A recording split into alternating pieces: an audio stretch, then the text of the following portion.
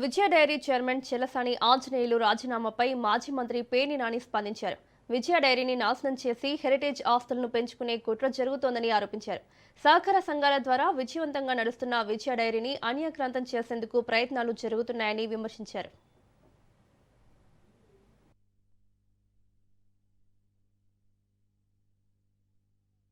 కంచే చేను మేసిన చందాన ఇవాళ నారా లోకేష్ యొక్క ధనదాహానికి సహకార సంఘాల ఏర్పాటు ద్వారా 1960లో ఏర్పాటు చేసుకున్నటువంటి విజయ డైరీ ఎంతో ఆకాశానికి అంత ఎత్తు ఎదిగినటువంటి విజయ డైరీ 1995 సంవత్సరం నారా చంద్రబాబు నాయుడు గారు ఎన్టీ రామారావు గారిని వెన్నుపోటు పొడిచి కొలదోసిన దగ్గర నుంచి కూడా ఈ డైరీ ఏర్పాటు 1995లో హెరిటేజ్ డైరీని ఓపెన్ చేయటం, అక్కడి నుంచి ప్రభుత్వాన్ని ఆంధ్రప్రదేశ్ రాష్ట్రంలో ఉన్నటువంటి అన్ని సహకార ఉత్పత్తి పాల సంఘాలని చంద్రబాబు గ్రహణానికి, చంద్రబాబు దాడికి, చంద్రబాబు కుట్రలకి ఎదురొడ్డి నిలిచి 3 డైరీలు నిలబడినాయి. దాదాపుగా ఆంధ్రప్రదేశ్ రాష్ట్రంలో 3, 4, 5 ఉన్నాయి.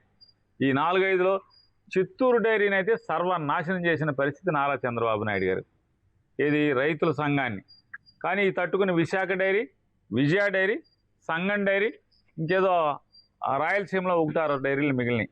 ఈ డైరీలన్నీ కూడా ఒక్కొక్కటి నాశనం చేసుకుంటూ వచ్చేస్తున్నారు, కబళించుకుంటూ వస్తున్నారు.